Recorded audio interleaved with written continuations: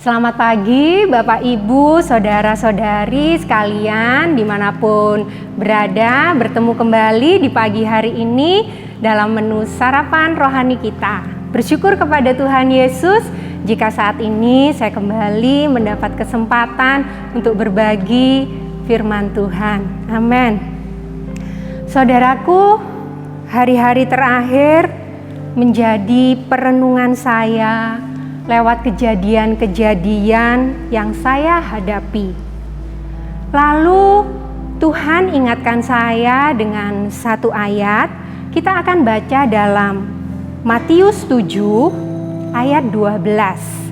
Matius 7 ayat 12. Segala sesuatu yang kamu kehendaki supaya orang perbuat kepadamu, perbuatlah demikian juga kepada mereka. Itulah isi seluruh hukum Taurat dan kitab para nabi.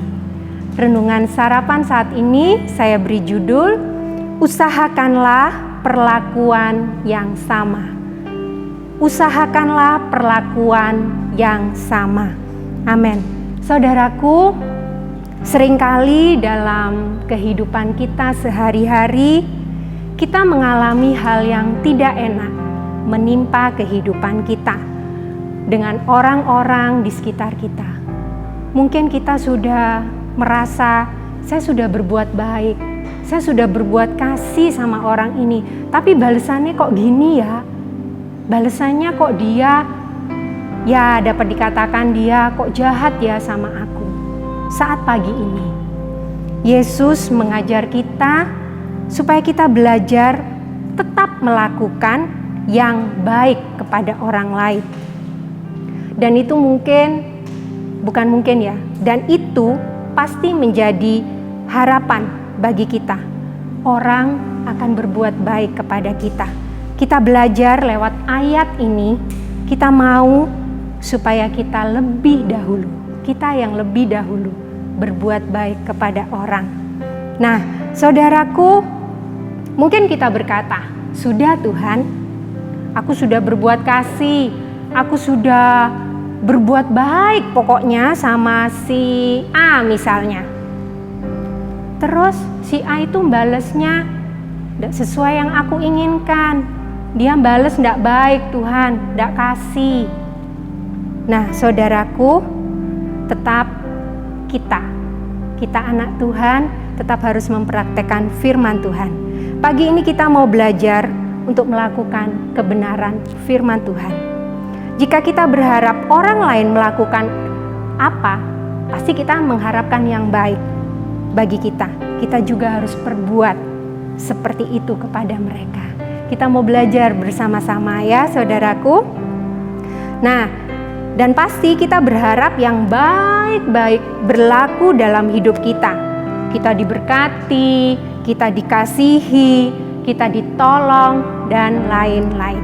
Maka ini semua yang akan kita perbuat kepada orang. Jadi kalau kita mengharapkan sesuatu untuk orang perbuat pada kita, kita lakukan itu dulu. Itu kebenaran firman Tuhan. Nah, saya mengaitkan saat pagi ini dengan hukum yang terutama yang kedua. Kita akan baca di dalam Matius 22 ayat 39. Matius 22 ayat 39. Dan hukum yang kedua yang sama dengan itu ialah kasihilah sesamamu manusia seperti dirimu sendiri. Amin.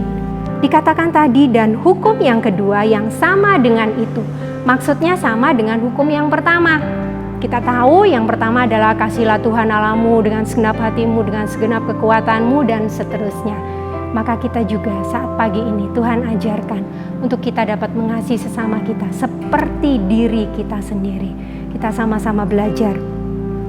Yesus mengajar kita saat pagi ini supaya kita tadi mengasihi sesama kita, mengasihi orang lain seperti diri sendiri. Tidak ada orang yang tidak mengasihi dirinya sendiri. Pasti tiap orang mengasihi dirinya. Nah, saudaraku, setiap orang pasti mengharapkan yang terbaik untuk dirinya sendiri. Kita kaitkan di dalam Efesus 5 ayat 29. Kita baca ya, Efesus 5 ayat 29. Sebab tidak pernah orang membenci tubuhnya sendiri, tetapi mengasihinya dan merawatnya, sama seperti Kristus terhadap jemaat. Amin. Kalau kita mau, kita berusaha merawat tubuh kita, kita tidak membenci diri sendiri. Kita mau belajar juga untuk orang-orang di sekitar kita, orang tua kita, anak-anak, saudara kita, saudara seiman. Kita mau belajar ya saudara untuk mengasihi mereka seperti diri sendiri.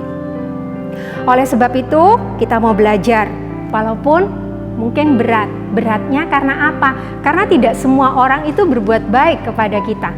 Mungkin gampang bagi kita untuk mengasihi orang yang baik pada kita. Tetapi bagaimana jika orang itu tidak memberikan balasan yang baik kepada kita? Kita mau belajar dan kita mau terus berbuat kasih. Mengajar mereka untuk bisa. Kalau kita tetap berbuat kasih, tetap mengasihi mereka walaupun mereka jahat sama kita. Kita dalam proses mempraktekkan firman Allah, kita mengajar mereka tentang kasih. Tentang kasih Kristus. Mereka dapat melihat kasih Kristus itu ada di dalam kehidupan kita dan membawa mereka untuk mau mengenal kasih Kristus tersebut. Kasih yang indah, kasih yang tanpa syarat. Tanpa syarat loh ya, kita tahu ya saudaraku, kasih Kristus itu tanpa syarat untuk seluruh manusia. Kita baca di dalam Efesus 2 ayat 8 sampai 9. Sebab karena kasih karunia kamu diselamatkan oleh iman, itu bukan hasil usahamu, tetapi pemberian Allah. Itu bukan hasil pekerjaanmu, jangan ada orang yang memegahkan diri. Amin. Ayat ini begitu jelas menerangkan kalau Yesus sudah mati di Kalvari untuk menebus semua dosa manusia, menebus hidup manusia dan menghapus dosa-dosanya. Itu tidak ada embel-embel karena kebaikan kita, karena kita yang baik, kita yang ganteng, kita yang cantik. Tidak ya saudaraku, semua 100% itu adalah inisiatif Allah sendiri. Nah, biarlah kita mau mengerti tentang ini. Ini dasar sekali, ini kasih karunia yang harus benar-benar kita pahami. Bahwa manusia mendapatkan jalan keselamatan bukan sedikit pun dari pribadi manusia itu sendiri, tetapi oleh pengorbanan Yesus di kayu salib dan lewat kebangkitan Tuhan Yesus, maka manusia mendapatkan kemenangan dari dosa. Kutuk maut sudah dipatahkan. Oleh sebab itu, biarlah kita mau yang sudah beriman kepada Tuhan Yesus, kita patut bersyukur dan pegang ini sungguh-sungguh bahwa kasih Allah yang tanpa syarat itu sudah membenarkan kita. Kita yang beriman kepada Yesus mendapatkan jalan keselamatan. Kita bersyukur karena kita sudah menerima Yesus sebagai Tuhan dan Juru Selamat di dalam kehidupan kita. Nah, saudaraku, kalau kita sudah menerima Yesus sebagai Tuhan dan Juru Selamat dalam kehidupan kita, kita rindu juga mengabarkan kasih tanpa syarat ini kepada orang-orang di sekitar kita. Mari kita mau belajar supaya kita juga terbeban, kita juga mau membagikan kasih Kristus kepada orang-orang di sekitar kita. Mungkin lewat doa-doa kita yang kita khusus syafaatkan untuk orang-orang terdekat kita yang belum mau menerima Yesus. Mungkin juga kita ikut ada dari gereja, doling dan dopat setiap hari Senin. Di situ mungkin kita bergabung di sana. Kita mau untuk banyak lagi jiwa-jiwa datang mengaku Yesus sebagai Tuhan dan Juru Selamat. Amin, saudaraku. Bersyukur ya, kita sudah beriman menerima Yesus. Yesus adalah jaminan kita, baik untuk kebutuhan rohani kita maupun untuk kebutuhan jasmani kita. Amin. Saudaraku, dan yang terakhir, kita mau mengingat selalu dalam setiap pergumulan hidup kita, ada Yesus Ada Yesus yang begitu mengasihi kita. Ia pasti menolong kita. Kalau tadi dikatakan dalam Efesus 5:29, Yesus katakan, sebab tidak pernah orang membenci tubuhnya sendiri, tetapi mengasihinya dan merawatnya, sama seperti Kristus terhadap jemaat. Amin. Kasih Kristus itu melebihi segalanya. Dia begitu mengasihi umat manusia.